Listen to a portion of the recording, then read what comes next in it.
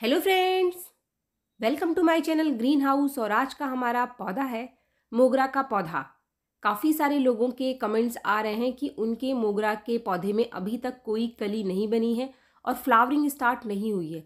तो इसके पीछे क्या कारण है, और अगर आपके मोगरा के पौधे में अभी तक कोई कली नहीं बनी है, कोई फ्लावरिंग नहीं हो रही है, तो आपको इसमें केयर कैसे करनी है और इसमें कौन सा फर्टिलाइज़र देना है, कौन सा मार्केट का फर्टिलाइज़र आप दे सकते हैं और कौन सा होममेड फर्टिलाइज़र आप अपने मोगरा के पौधे को दे सकते हैं, इसी टॉपिक पर आज का ये हमारा वीडियो है। इसके साथ ही इस वीडियो में मैं आपके साथ दो ऐसे सीक्रेट शेयर करने वाली हूँ जो कि मोगरा के पौधे के लिए बहुत ज़रूरी है। अगर आप इसके ऊपर ध्यान नहीं देंगे, इन दो चीज़ों का ध्यान आप नहीं रखेंगे, तो आपके मोगरा के पौधे में आपको फ्लावरिंग बहुत कम मिलेगी और आपके मोगरा के पौधे की ग्रोथ भी बहुत कम होगी।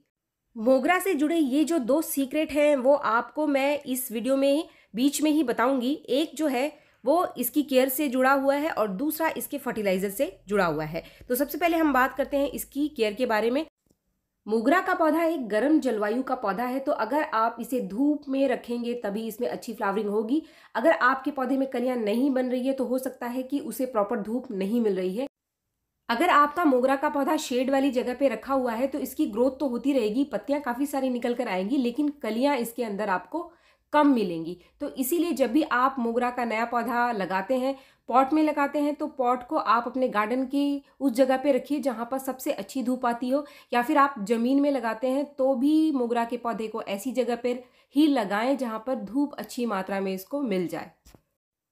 इसके साथ ही जब भी आप मोगरा का नया पौधा लगाते हैं, क्योंकि आजकल मोगरा का सीज़न है, तो अगर आप नया पौधा लाकर लगा रहे हैं तो उसकी जो पटिंग मिक्स है उसमें कंपोस्ट की मात्रा आप अच्छी रखें।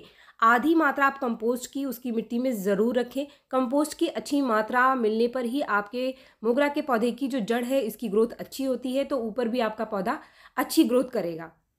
जो भी पॉटिंग मिक्स आप बनाएंगे उसमें कम से कम 50% आप कंपोस्ट रखें।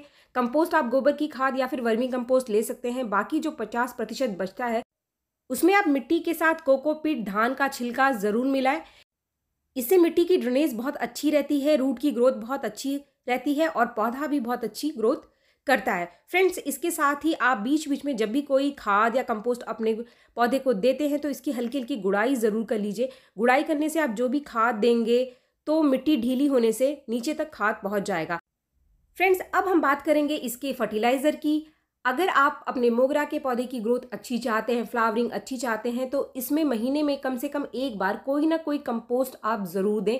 कंपोस्ट आपके पास जो भी है आप उसको ले सकते हैं, जैसे कि वर्मी कंपोस्ट, गोबर की खाद, आप किचन वेस्ट से बना कंपोस्ट भी ले सकते हैं, या फिर पत्तों की खाद भी आप दे सकते हैं। लेकिन महीने में एक बार कोई ना कोई कंपोस्ट आप अपने मोगरा के पौधे को ज़रूर दें। इसकी मात्रा आप 150 से लेकर 300 रख सकते हैं, जो कि आपके पॉट के साइज़ पर डिपेंड करता है।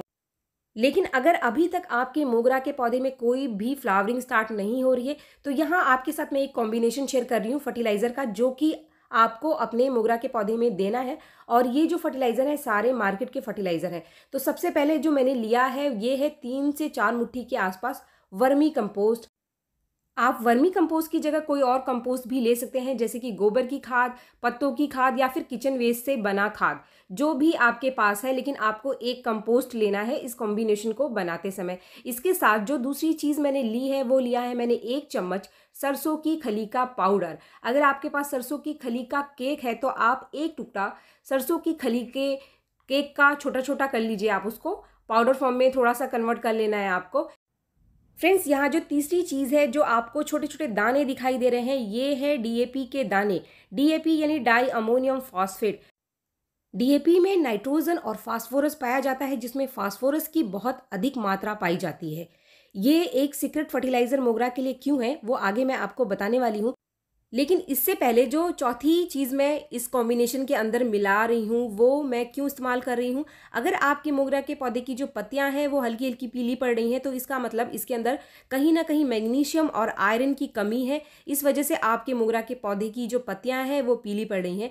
तो यहाँ मैंने लिया है 1 चम्मच सीवीड ग्रेन्यूल्स। सीवीड ग्रेन्यूल्स में काफ़ी सारे माइक्रो न्यूट्रिएंट्स पाए जाते हैं जो कि पौधे की छोटी छोटी कमी को पूरा करते हैं। तो इसीलिए सीवीड ग्रेन्यूल्स आप लिक्विड फॉर्म में भी डाल सकते हैं या फिर आप ग्रेन्यूल फॉर्म में डाल सकते हैं। ये बहुत ही आसानी से आपको मिल जाएगा।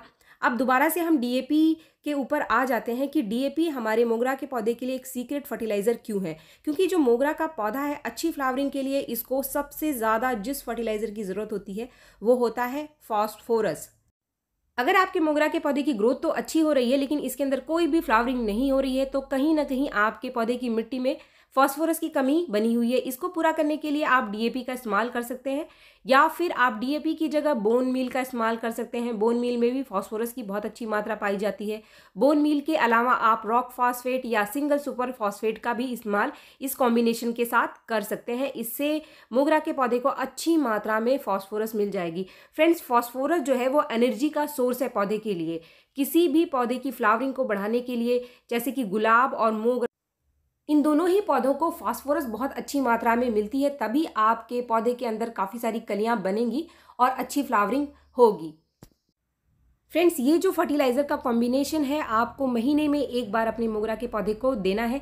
महीने में अगर आपने एक बार भी अपने पौधे को दे दिया तो ये काफ़ी है आपके पौधे के लिए। पूरी गर्मियाँ आपका पौधा जो है वो फ्लावरिंग करता रहेगा और हज़ारों कलियाँ बनाता रहेगा।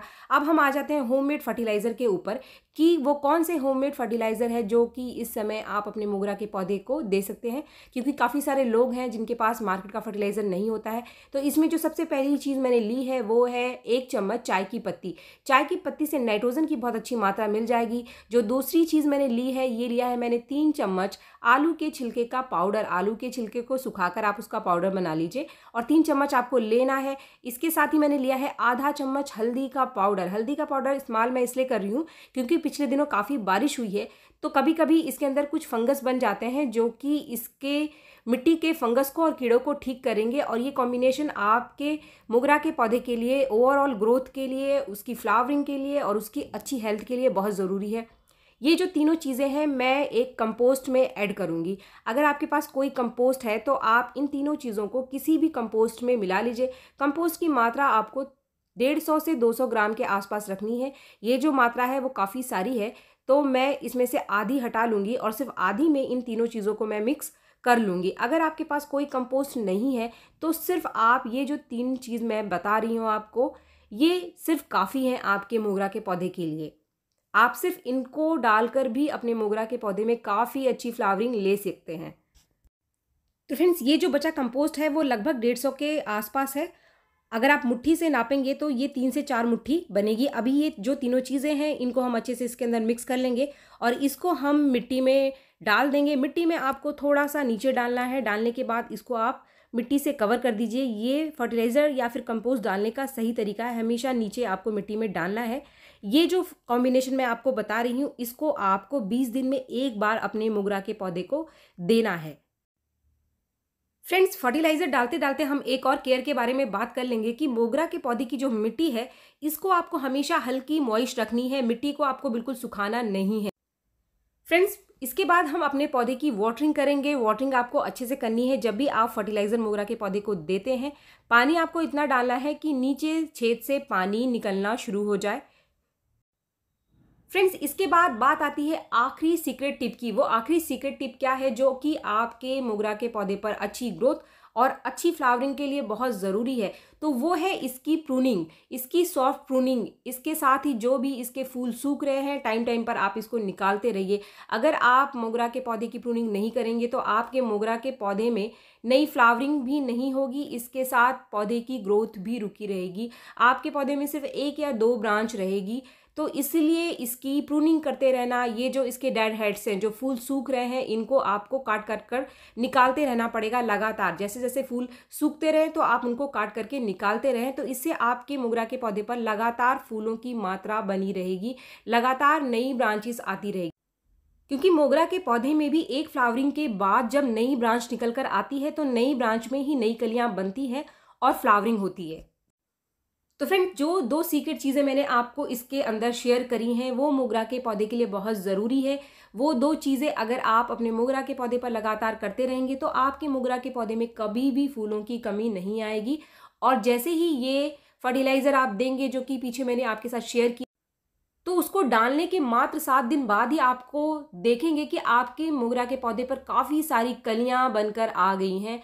तो फ्रेंड्स, वीडियो अगर आपको पसंद आया तो एक लाइक ज़रूर करें, और मेरे चैनल को आपने अब तक सब्सक्राइब नहीं किया है तो मेरे चैनल को सब्सक्राइब भी ज़रूर कर लें। मिलते हैं मेरे नेक्स्ट वीडियो में, तब तक के लिए थैंक यू।